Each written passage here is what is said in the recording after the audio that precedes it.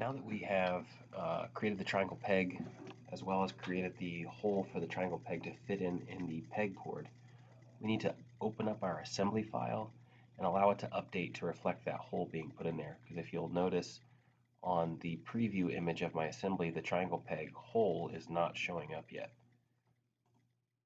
So I'm going to open my pegboard assembly, and it's going to ask me, do I want to update the assembly? Yes. And now that hole is showing up for my triangle peg. Now I'm ready to place that peg in here and constrain it into the hole. So I'm going to click place. There's my triangle peg. Place it in the assembly. And now it's going to require two constraints to place this where it needs to go. And these two constraints will work very similar to the way that the constraints on the square peg did. So constrain. I'm just going to leave it on mate. And I'm going to select this edge of my triangle peg here. And this edge down inside of the hole. Click OK. Return to my home view and just kind of drag that peg out of the way.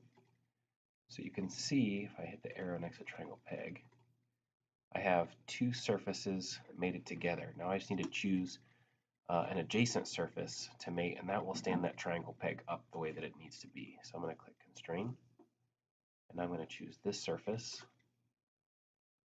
I need that to match up right in here.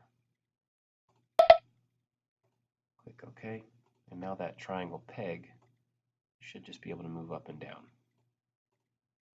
At this point, the pegboard assembly for the most part is finished, so I'm going to go ahead and hit the save button just to make sure I don't lose any changes. But I want you to update your model with some color. So we're going to choose individual components and we're going to color them various different options. You can choose whatever color that you want, but as an example, I'm going to choose both of my end pieces. I'm going to go up to default. I'm going to scroll down.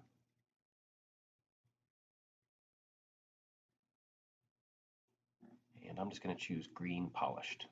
So I've got a couple of green ends.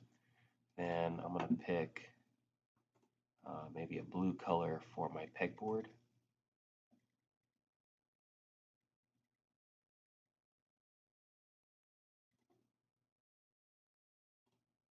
Like that.